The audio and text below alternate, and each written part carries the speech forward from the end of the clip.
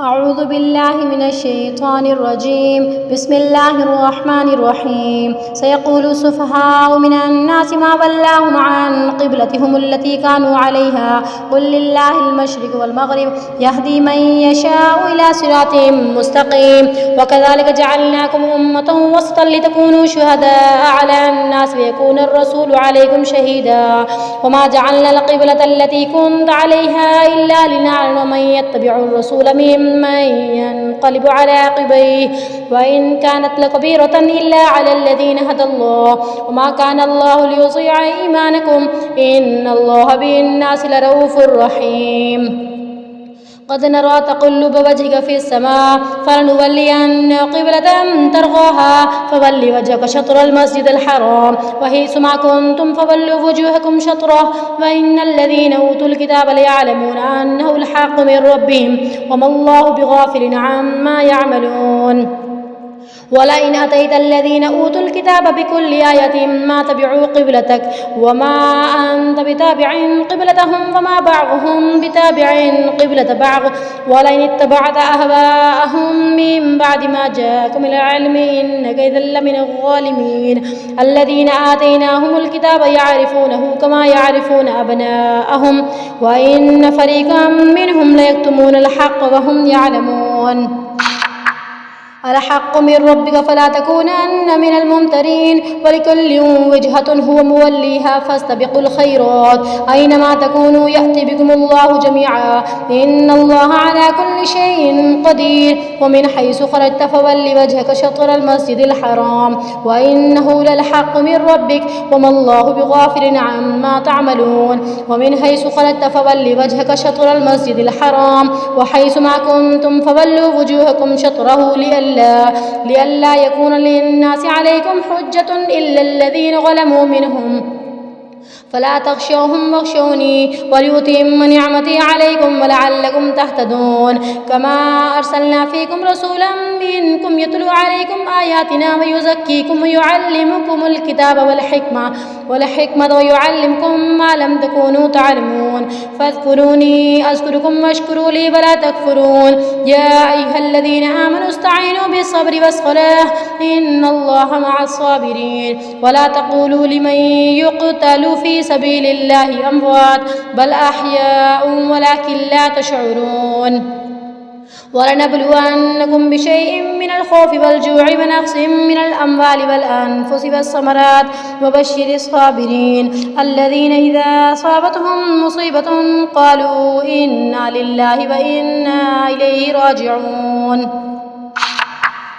أولئك عليهم صلوات من ربهم ورحمة وأولئك هم المهتدون. إن الصفا والمروة من شعائر الله فمن حج البيت واعتمر فلا جناح عليه أن يطوف بهما ومن تطوع خيرا فإن الله شاكر عليم. إن الذين يكتمون ما أنزلنا من البينات والهدى من بعد ما بيناه للناس في الكتاب أولئك يلعنهم الله ويلعنهم اللاعنون إلا الذين تابوا وأصلحوا وبينوا فأولئك أتوب عليهم وأنا التواب الرحيم. إن الذين كفروا وماتوا وهم كفار أولئك عليهم لعنة الله والملائكة والناس أجمعين خالدين فيها لا يخفف عنهم العذاب ولا هم ينظرون. وإلهكم إله واحد لا إله إلا هو الرحمن الرحيم. إن في خلق السماوات والأرض واختلاف الليل والنهار والفلك التي تجري في البحر بما ينفع الناس وما أنزل الله من السماء من ماء فأحيا به الأرض بعد موتها وبث فيها من كل دابة وتصريف الرياح والسحاب المسخر بين السماء والأرض لآيات لقوم يعقلون. ومن الناس من يتخذ من دون الله أندادا يحبونهم كحب الله والذين آمنوا أشد حبا لله ولو يرى الذين ظلموا إذ يرون العذاب أن القوة لله جميعا وأن الله شديد العذاب. إذ تبرأ الذين اتبعوا من الذين اتبعوا ورأوا العذاب وتقطعت بهم الأسباب وقال الذين اتبعوا لو أن لنا كرة فنتبرأ منهم كما تبرأوا منا كذلك يريهم الله أعمالهم حسرات عليهم وما هم بخارجين من النار. يا أيها الناس كلوا مما في الأرض حلالا طيبا ولا تتبعوا خطوات الشيطان إنه لكم عدو مبين. إنما يأمركم بالسوء والفحشاء وأن تقولوا على الله ما لا تعلمون. وإذا قيل لهم اتبعوا ما أنزل الله قالوا بل نتبع ما ألفينا عليه آباءنا أولو كان آباؤهم لا يعقلون شيئا ولا يهتدون. ومثل الذين كفروا كمثل الذي ينعق بما لا يسمع إلا دعاء ونداء صم بكم عمي فهم لا يعقلون. يا أيها الذين آمنوا كلوا من طيبات ما رزقناكم واشكروا لله إن كنتم إياه تعبدون. إنما حرم عليكم الميتة والدم ولحم الخنزير وما أحل به لغير الله ومن اضطر غير باغ ولا عاد فلا إثم عليه إن الله غفور رحيم. إن الذين يكتمون ما أنزل الله من الكتاب ويشترون به ثمنا قليلا أولئك ما يأكلون في بطونهم إلا النار ولا يكلمهم الله يوم القيامة ولا يزكيهم ولهم عذاب أليم. أولئك الذين اشتروا الضلالة بالهدى والعذاب بالمغفرة فما أصبرهم على النار ذلك بأن الله نزل الكتاب بالحق وإن الذين اختلفوا في الكتاب لفي شقاق بعيد.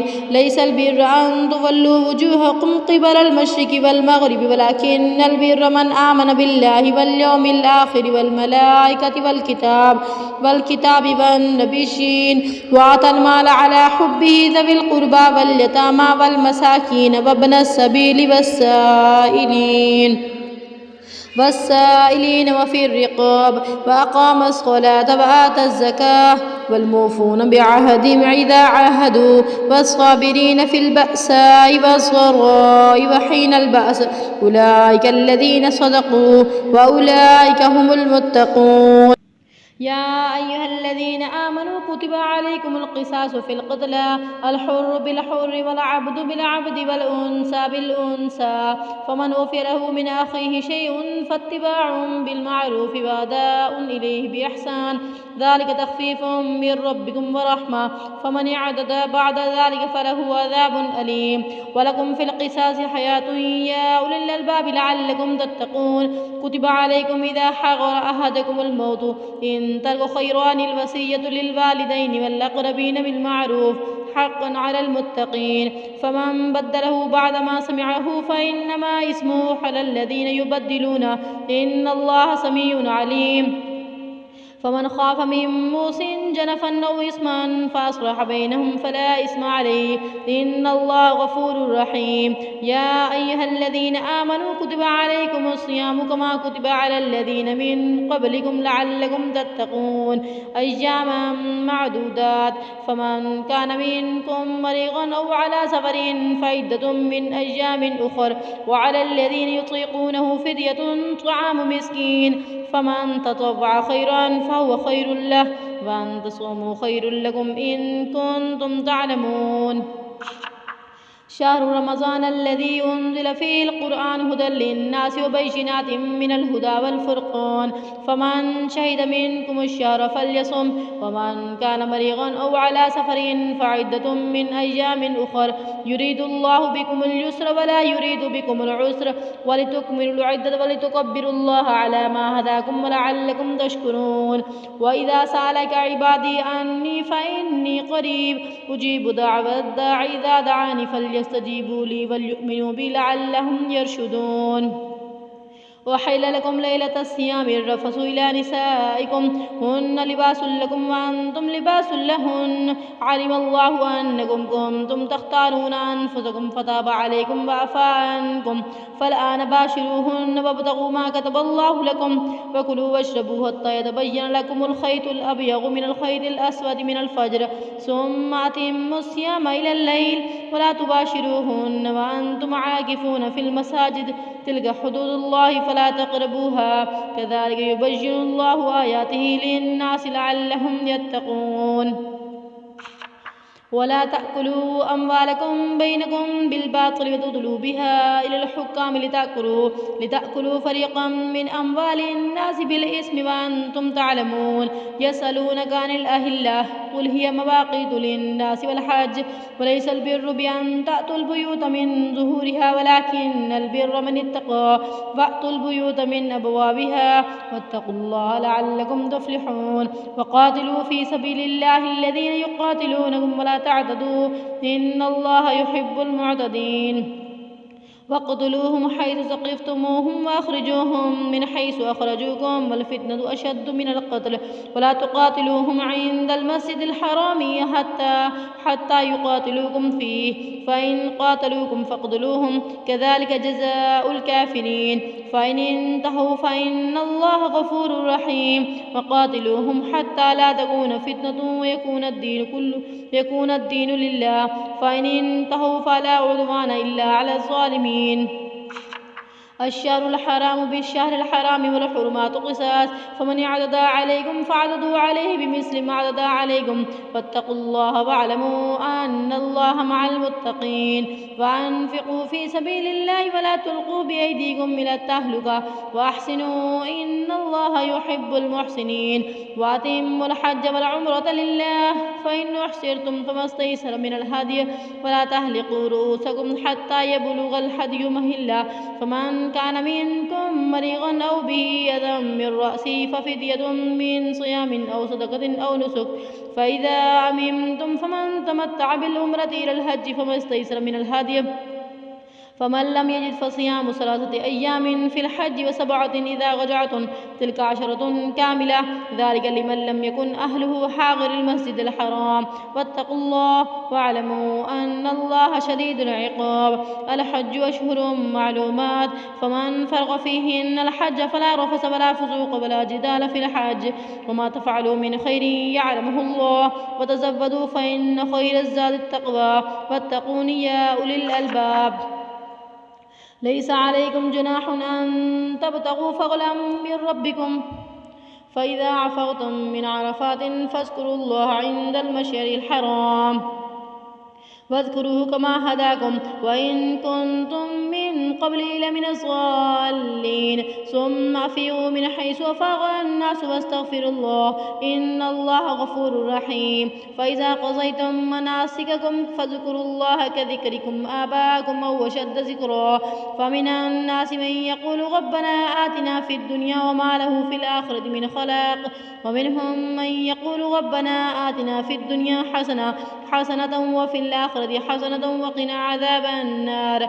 أولئك لهم نصيب مما كسبوا والله سريع الحساب. واذكروا الله في أيام معدودات فمن تأجل في يومين فلا إثم عليه ومن تأخر فلا إثم عليه لمن اتقى واتقوا الله واعلموا أنكم إليه تحشرون.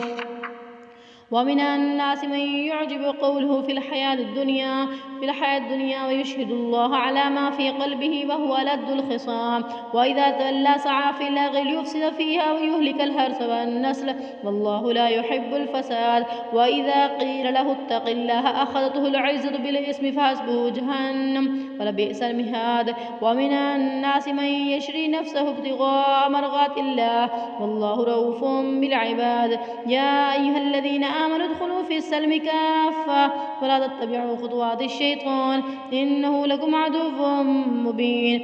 فإن زللتم من بعد ما جاءتكم بينة فاعلموا أن الله عزيز حكيم. هل ينظرون إلا أن يأتيهم الله في ظلل من الغمام والملائكة وقضي الأمر وإلى الله ترجع الأمور. سل بني إسرائيل كم آتيناهم من آية بينة ومن يبدل نعمة الله من بعد ما جاءته فإن الله شديد العقاب.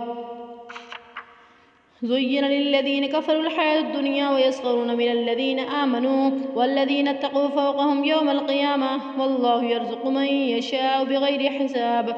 كان الناس أمة واحدة فبعث الله النبيين مبشرين ومنذرين وأنزل معهم الكتاب بالحق ليحكم بين الناس فيما اختلفوا فيه وما اختلف فيه إلا الذين أوتوه من بعد ما جاءتهم البينات بغيا بينهم فهدى الله الذين آمنوا لما اختلفوا فيه من الحق بإذنه والله يهدي من يشاء إلى صراط مستقيم. أم حسبتم أن تدخلوا الجنة ولما يأتكم مثل الذين خلوا من قبلكم مستهم البأساء والضراء وزلزلوا حتى يقول الرسول والذين آمنوا معه متى نصر الله ألا إن نصر الله قريب. يسألونك ماذا ينفقون قل ما أنفقتم من خير فبالوالدين والأقربين واليتامى والمساكين وابن السبيل وما تفعلوا من خير فإن الله به عليم. كتب عليكم القتال وهو كره لكم وعسى أن تكرهوا شيئا وهو خير لكم وعسى أن تحبوا شيئا وهو شر لكم والله يعلم وأنتم لا تعلمون. يسألونك عن الشهر الحرام قتال فيه قل قتال فيه كبير وصد عن سبيل الله وكفر به والمسجد الحرام وإخراج أهله منه أكبر عند الله والفتنة أكبر من القتل ولا يزالون يقاتلونكم حتى يردوكم عن دينكم إن استطاعوا ومن يرتد منكم عن دينه فيمت وهو كافر فأولئك حبطت أعمالهم في الدنيا والآخرة وأولئك أصحاب النار هم فيها خالدون. إن الذين آمنوا والذين هاجروا وجاهدوا في سبيل الله أولئك يرجون رحمة الله والله غفور رحيم. يسألونك عن الخمر والميسر قل فيهما اسم كبير ومنافع للناس واسمهما أكبر من نفعهما ويسألونك ماذا ينفقون قل العفو كذلك يبين الله لكم الآيات لعلكم تتفكرون في الدنيا والآخرة. ويسألونك عن اليتامى قل إصلاح لهم خير وإن تخالطوهم فإخوانكم والله يعلم المفسد من المصلح ولو شاء الله لأعنتكم إن الله عزيز حكيم. ولا تنكحوا المشركات حتى يؤمن ولا أمة مؤمنة خير من مشركة ولو أعجبتكم ولا تنكحوا المشركين حتى يؤمنوا ولا عبد مؤمن خير من مشرك ولو أعجبكم أولئك يدعون إلى النار والله يدعو إلى الجنة والمغفرة بإذنه ويبين آياته للناس لعلهم يتذكرون. ويسألونك عن المحيض قل هو أذى فاعتزلوا النساء في المحيض ولا تقربوهن حتى يطهرن فإذا تطهرن فأتوهن من حيث أمركم الله إن الله يحب التوابين ويحب المتطهرين. نساؤكم حرث لكم فأتوا حرثكم أن شئتم وقدموا لأنفسكم واتقوا الله واعلموا أنكم ملاقوه وبشر المؤمنين. ولا تجعلوا الله عرضة لأيمانكم أن تبغوا وتتقوا وتصلحوا بين الناس والله سميع عليم. لا يؤاخذكم الله باللغو في أيمانكم ولكن يؤاخذكم بما كسبت قلوبكم والله غفور حليم.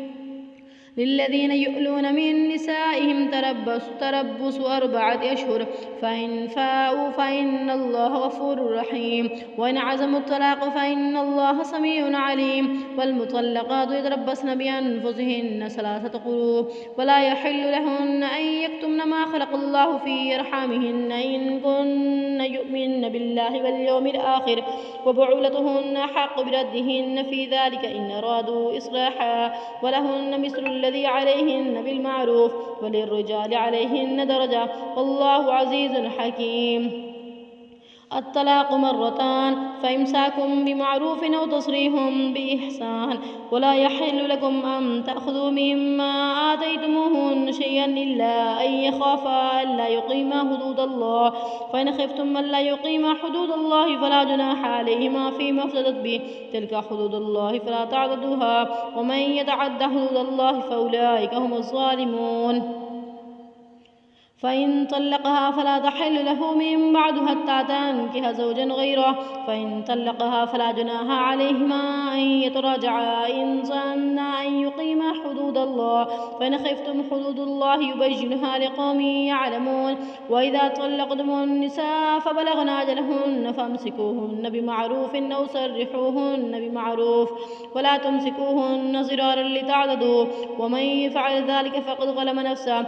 ولا تتخذوا آيات الله هزوا واذكروا نعمة الله عليكم وما أنزل عليكم من الكتاب والحكمة يعظكم به واتقوا الله واعلموا أن الله بكل شيء عليم.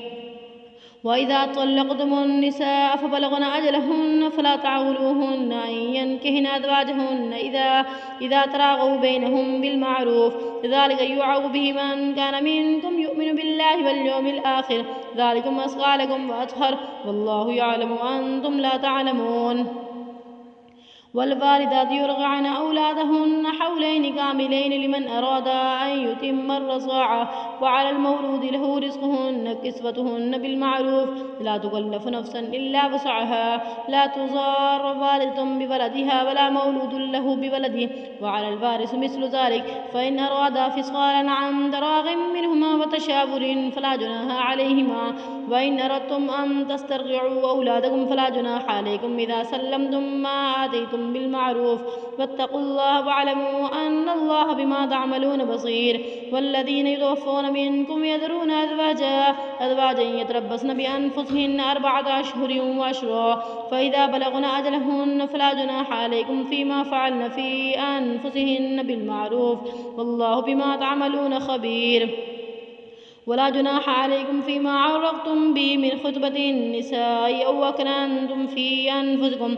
علم الله أنكم ستذكرونهن ولكن لا تواعدوهن سرا إلا أن تقولوا قولا معروفا. ولا تعزموا عقدة النكاح حتى يبلغ الكتاب أجله. واعلموا أن الله يعلم ما في أنفسكم فاحذروه. واعلموا أن الله غفور حليم.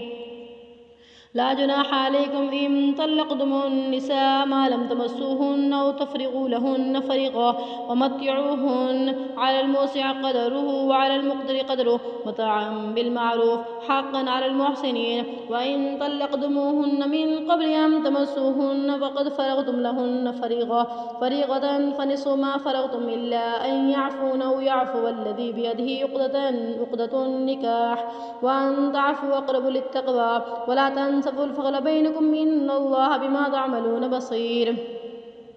حافظوا على الصلوات والصلاة الوسطى وقوموا لله قانتين. فإن خفتم فرجالا أو ركبانا فإذا أمنتم فاذكروا الله كما علمكم ما لم تكونوا تعلمون.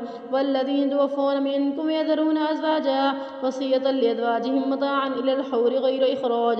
فإن خرجنا فلا جناح عليكم فيما فعلن في أنفسهن من معروف والله عزيز حكيم. وللمطلقات متاع بالمعروف حقا على المتقين. كذلك يبين الله لكم آياته لعلكم تعقلون. ألم تر إلى الذين خرجوا من ديارهم وهم ألوف حذر الموت فقال لهم الله موتوا ثم أحياهم إن الله لذو فضل على الناس ولكن أكثر الناس لا يشكرون. وقاتلوا في سبيل الله واعلموا أن الله سميع عليم. من ذا الذي يقرض الله قرضا حسنا فيضاعفه له أضعافا كثيرة والله يقبض ويبسط وإليه ترجعون. ألم تر إلى الملأ من بني إسرائيل من بعد موسى إذ قالوا لنبي له مبعث لنا ملكا نقاتل في سبيل الله. قال هل عسيتم إن كتب عليكم القتال ألا تقاتلوا؟ قالوا وما لنا ألا نقاتل في سبيل الله فقد أخرجنا من ديارنا وأبنائنا. فلما كتب عليهم القتال تولوا إلا قليلا منهم والله عليم بالظالمين. وقال لهم نبيهم إن الله قد بعث لكم طالوت ملكا.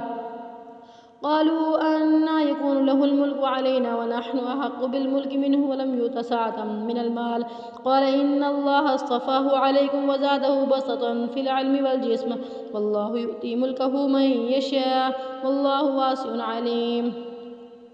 وقال لهم نبيهم إن آية ملكه أن يأتيكم التابوت فيه سكينة من ربكم وبقية مما ترك آل موسى وآل هارون تحمله الملائكة إن في ذلك لآية لكم إن كنتم مؤمنين. فلما فصل طالوت بالجنود قال إن الله مبتليكم بنهر فمن شرب منه فليس مني ومن لم يطعمه فإنه مني إلا من اغترف غرفة بيده فشربوا منه إلا قليلا منهم. فلما جاوزه هو الذين آمنوا معه قالوا لا طاقة لنا اليوم بجالوت وجنوده. قال الذين يظنون أنهم ملاقوا الله كم من فئة قليلة غلبت فئة كثيرة بإذن الله والله مع الصابرين. ولما برزوا لجالوت وجنوده قالوا ربنا أفرغ علينا صبرا وثبت أقدامنا وانصرنا على القوم الكافرين.